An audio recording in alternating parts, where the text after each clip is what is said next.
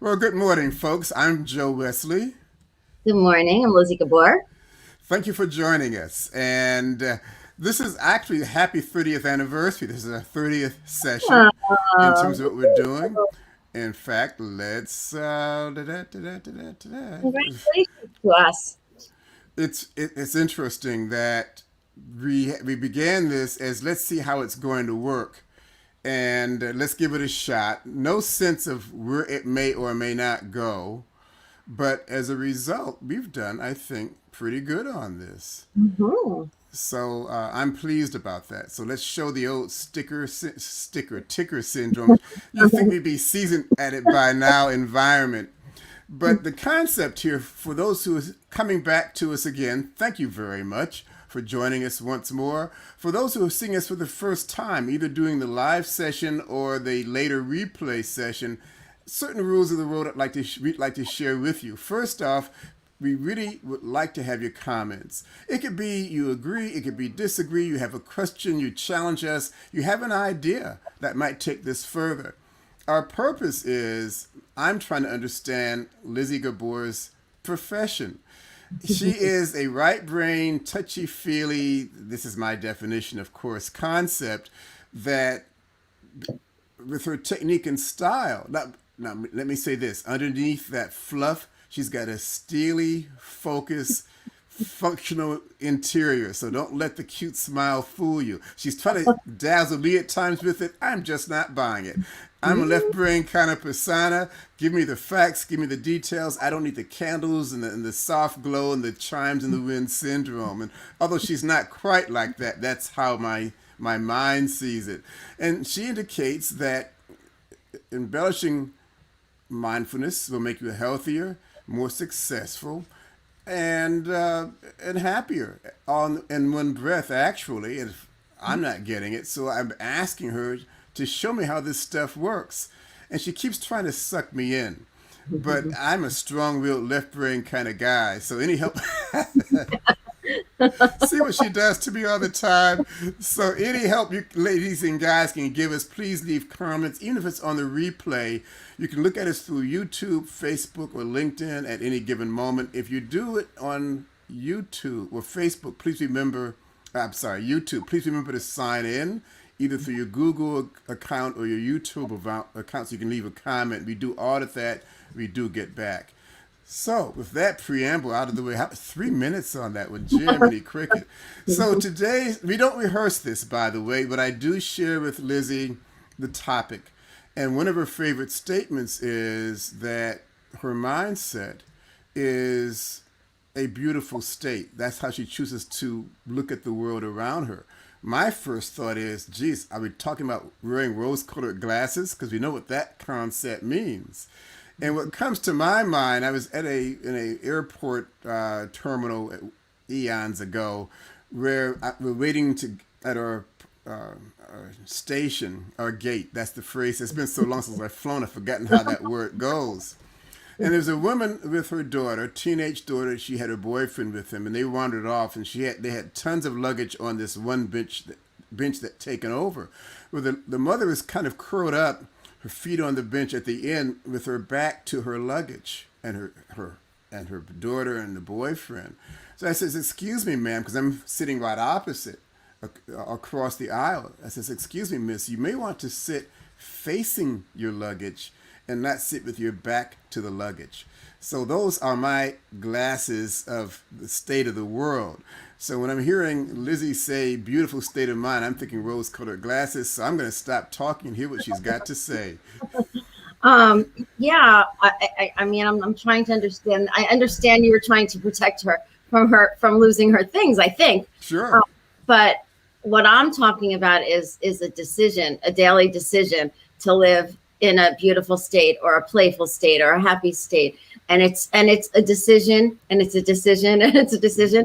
And it does, and I feel the full range of feelings, and I don't tell anybody that they shouldn't have be sad and have and react to things when things happen. Mm-hmm. But how long do you choose to stay there? That's Okay. and I choose to not stay there very long. All I choose right.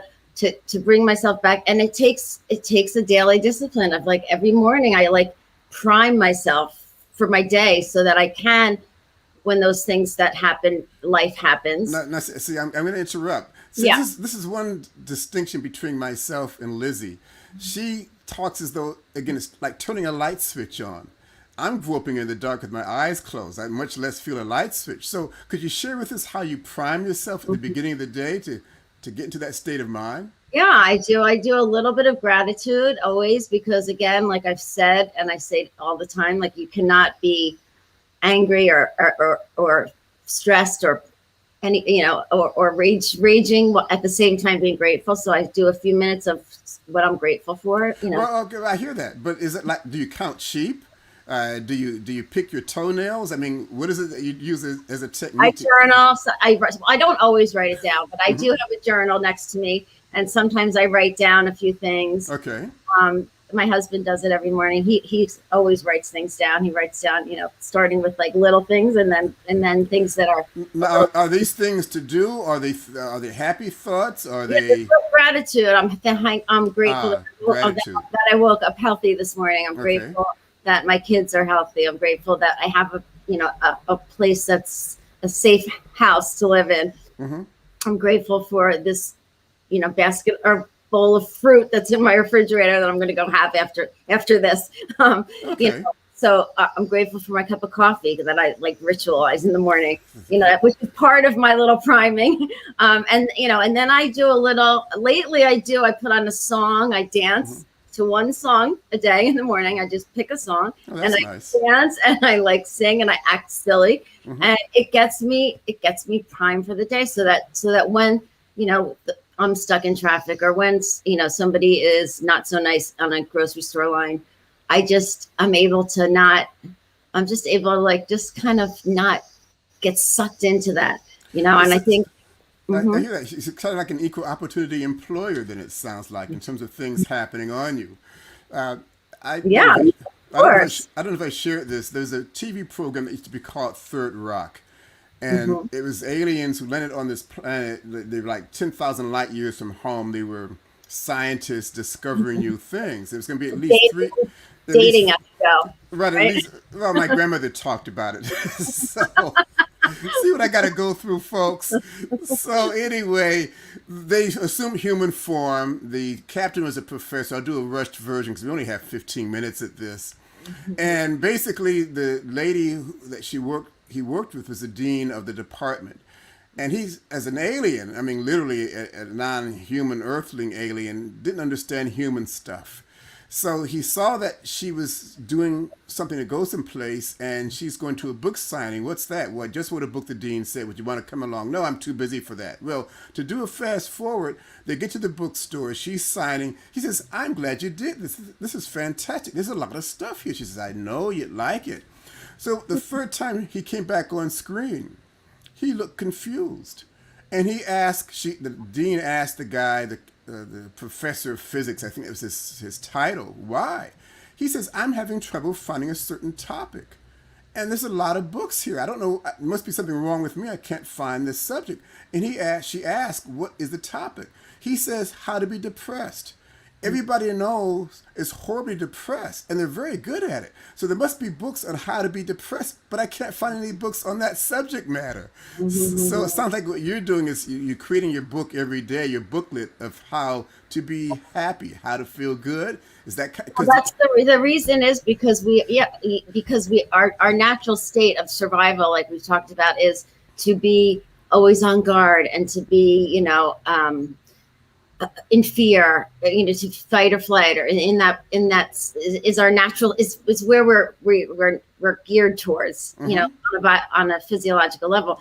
So in order to counteract that, that's why I do these things. That's why I do the little dance. I do the little yes, I do that thing in the morning, and it's to counteract that because of our natural state is towards focusing on the negative, and that's where a lot of people.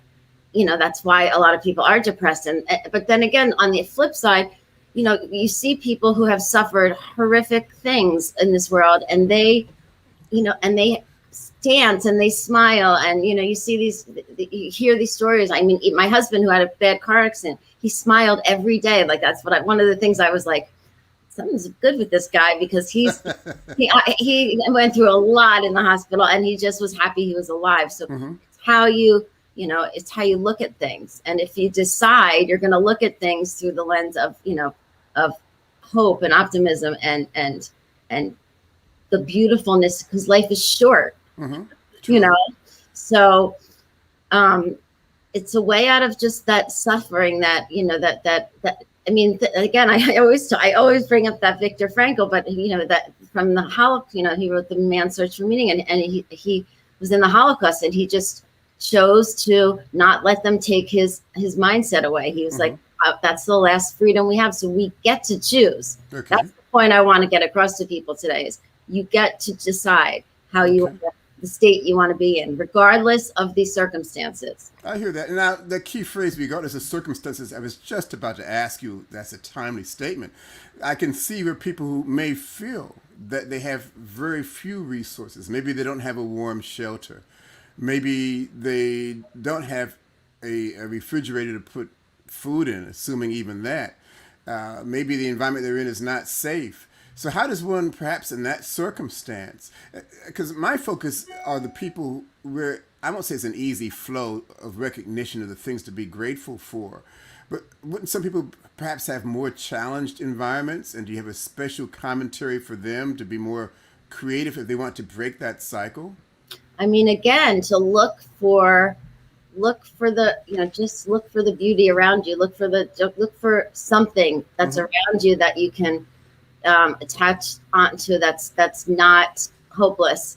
I mean, you are alive. Okay, that's a starting point, There right? is the alternative. You could not be. Mm-hmm. Uh, and I've run into people on the street who seem to be homeless, and they're, laughing with their friends on the corner, Yeah. and so um, I think in any situation you can find something to, to hold on to, um, that to be grateful for. Again, just the fact that you're breathing. I hear that. So you gave the example of people who presumably are homeless and they're still having joy within themselves.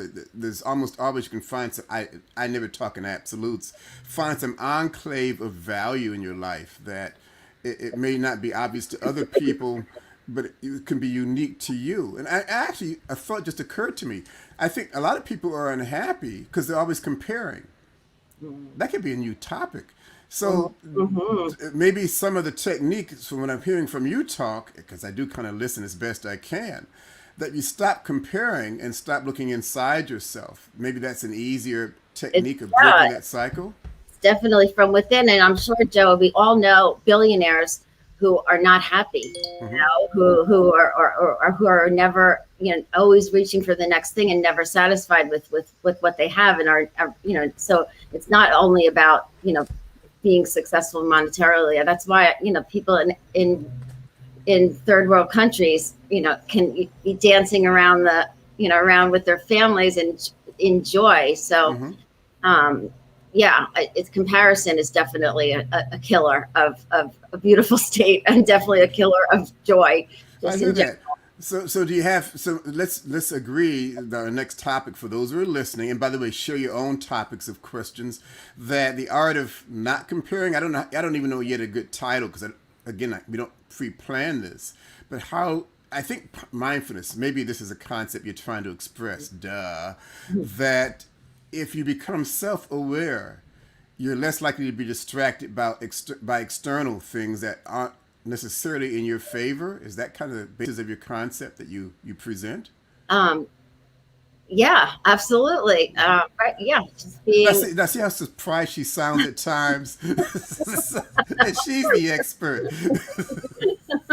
no, Yeah.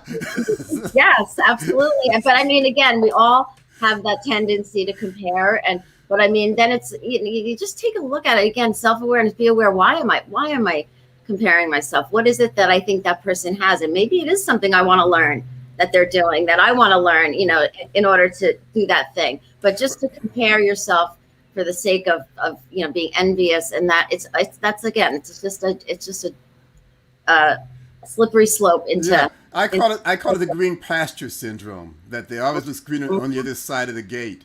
yeah. Until you get over, then you realize that you got poison ivy. Also, you got the stones in the grass hitting. So, and then all of a sudden, I'm looking back from jumped from. Whoa! I didn't realize it was so green back there. So, Yeah, yeah, absolutely. Right. well, folks, It's very our clock has worked against us again. This has true. been a good one. Now Yeah. we have debated. Let's do this longer, but I think that this is good. It's intense. It's focused. So we're going to stick to our 15 minutes weekly basis. So for those who have missed us live at 8 in the morning Eastern Standard Time, you can look at the replay version of it, and please leave comments. We do audit those, and we do try to get back to you. Thank you for joining us, Lizzie. Thank you. Thank you, ladies and gents. Have a great weekend. Sounds good. Take care.